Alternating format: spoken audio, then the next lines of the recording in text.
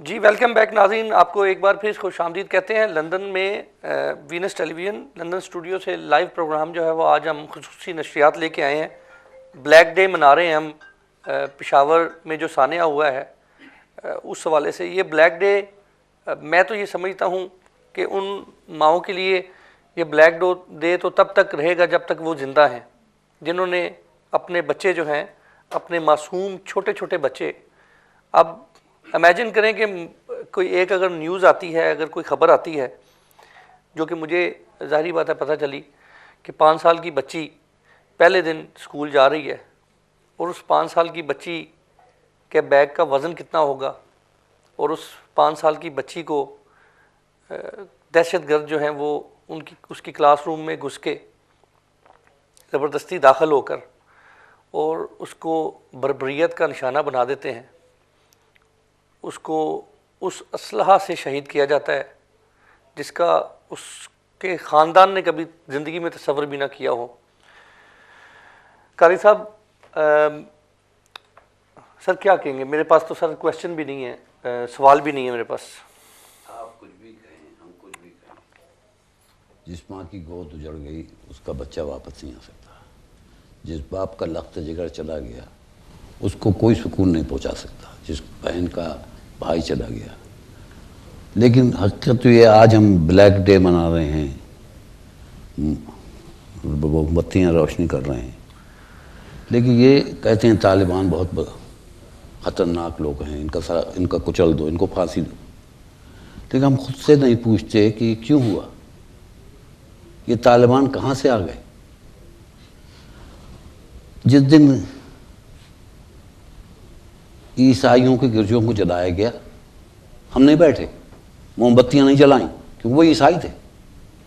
جس دن احمدیوں کی عبادت گاہوں پہ اٹیک ہوئے ہم نہیں بیٹھے کیونکہ ختم نبوت کو نہیں مانتے وہ۔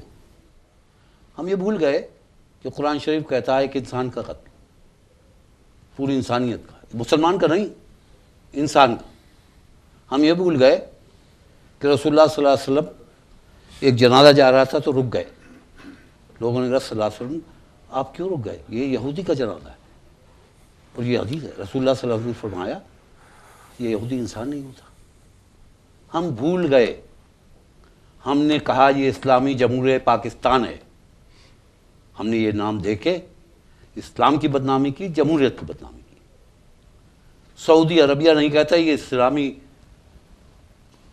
کنگڈم آف سعودی عربیہ ہے، یو اے ای یہ نہیں کہتا کہ یونائٹڈ اسلامک ایمریٹ ہے، وہ کہتے ہیں یونائٹڈ عرب ایمریٹ ہے۔ عراق نے کبھی نہیں کہا ہم اسلامی جمہوریہ پاکستان عراق ہیں، انڈونیشیا نہیں کہتا، بنگلہ دیش نہیں۔ ہم نے ٹھیکہ لیا اسلام کا، ہم نے بھول گئے قائد اعظم نے جو کہا تھا کہ یہ ملک جو ہے آپ مندروں میں جانے کے لیے آزاد ہیں، آپ مسجد میں جانے کے لیے آزاد ہیں، آپ ہندو ہیں مسلمان، لیکن آپ پاکستانی ہیں، آج سے آپ پاکستانی ہوں گے۔ ہم نے سارا کام جو ہے ملا کے ہاتھ میں دے دیا۔ ہم نے جب یہ طالبان گئے سوویت یونین کو لڑکے جب جیتے تو ہم نے وہاں جو وزیر اعظم تھا، کمیونسٹ وزیر اعظم، اس کو انہوں نے پھانسی پہ لٹکایا، ہم نے کچھ نہیں کہا۔ ان کے بھی بچے تھے کمیونسٹوں کے، طالبان نے انہیں مارا، ہم نے کچھ نہیں کہا، وہ کمیونسٹوں کے تھے، وہ سوویت کے تھے۔ امریکن بھی خوش تھے، مسز تھیچر بھی خوش تھیں کہ مجاہدین چلے گئے۔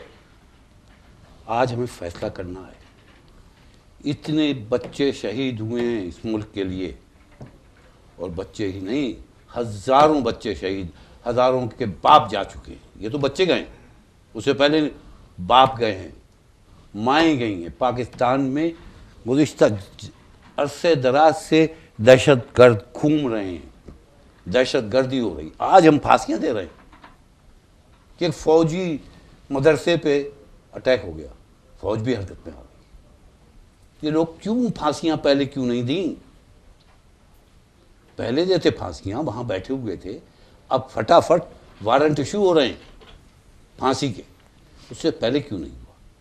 ہمیں یہ فیصلہ کرنا ہے کہ ہر پاکستانی کی، ہر انسان کی جان کی اتنی ہی قدر ہے، چاہے وہ فوجی ہو، چاہے وہ بیرسٹر ہو، چاہے وہ رکشہ ڈرائیور ہو، وہ پاکستانی ہے اور اس کی ہم اتنی اہمیت دیں۔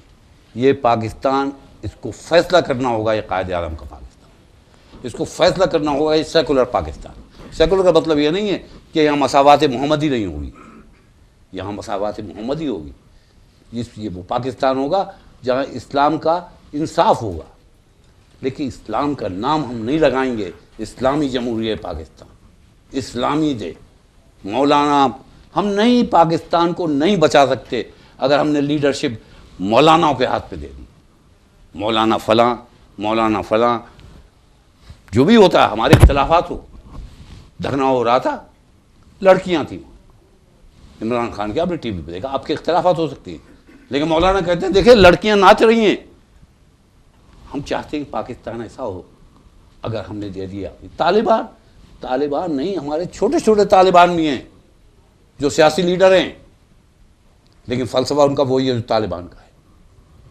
اس ملک میں ہم عورتوں کو حقوق نہیں دیں گے، طالبان کہتے ہیں ہم ان کو مار دیں گے۔ ٹھیک ہے بریسا صاحب، بالکل ڈیفینیٹلی اس کو ہم کنٹینیو بھی کریں گے، آپ کی طرف دوبارہ جو ہے وہ آتے ہیں۔ ناظرین، اس سے پہلے کہ ہم آپ کی کالز لیں، آپ ظاہری بات ہے ٹیلی فون نمبرز جو ہیں وہ اسکرین پر دیکھ سکتے ہیں، اور ڈیفینیٹلی مجھے اس چیز کا بھی اسٹوڈیو میں بار بار یہ کہا جا رہا ہے کہ بڑی تعداد میں جو ہے وہ کالز آ رہی ہیں، ڈیفینیٹلی آپ کی کالز لیتے ہیں۔ میں کوئکلی منیر صاحب جو ہے ان سے کویشچن کروں۔ منیر صاحب، برٹش کمیونٹی کا رسپانس آپ نے دیکھا، برٹش گورنمنٹ کی طرف سے ذرا تھوڑا سا ہماری انفارمیشن میں اضافہ کریں، کیونکہ منی پاکستان ہے، پاکستان ہائی کمیشن جو ہے، تو کیا رسپانس ہے، اور برٹش کمیونٹی جو پاکستانی کمیونٹی ہے ان کی طرف سے کیا رسپانس ہے؟ جی، جو برٹش کمیونٹی کا ریسپانس ہے بہت ہی اوور ویلمنگ ہے، بہت ہی حوصلہ افزا ہے۔ ہائی کمیشن میں ہم نے ایک کنڈولینس بک کھولی تھی جس میں بہت زیادہ تعداد میں برٹش لوگ آئے، نہ صرف عام آدمی آئے بلکہ ان کے جو حکام ہیں، ان کے منسٹرز ہیں۔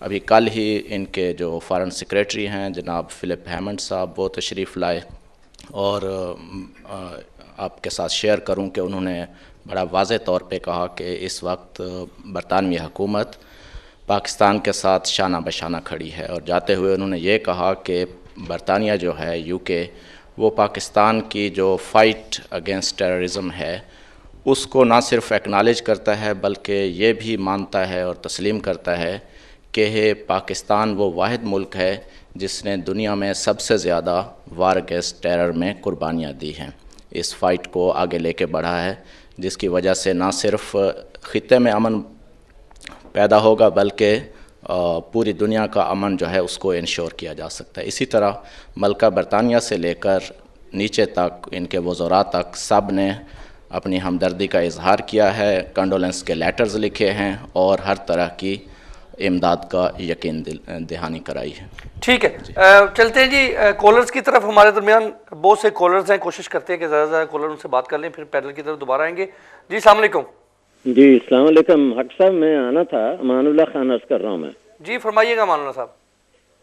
میں وینس ٹیلی ویژن کو اور آپ کو اور میں مبارک دیتا ہوں اس بات پہ کہ آپ یہ ایک عوامی گیدرنگ کر رہے ہیں۔ اس کے اوپر میری کچھ معروضات ہیں، وہ یہ ہیں کہ دیکھیے، رونے دھونے سے اب کام نہیں بنے گا، رونے دھونے سے دشمن کو تقویت ملے گی۔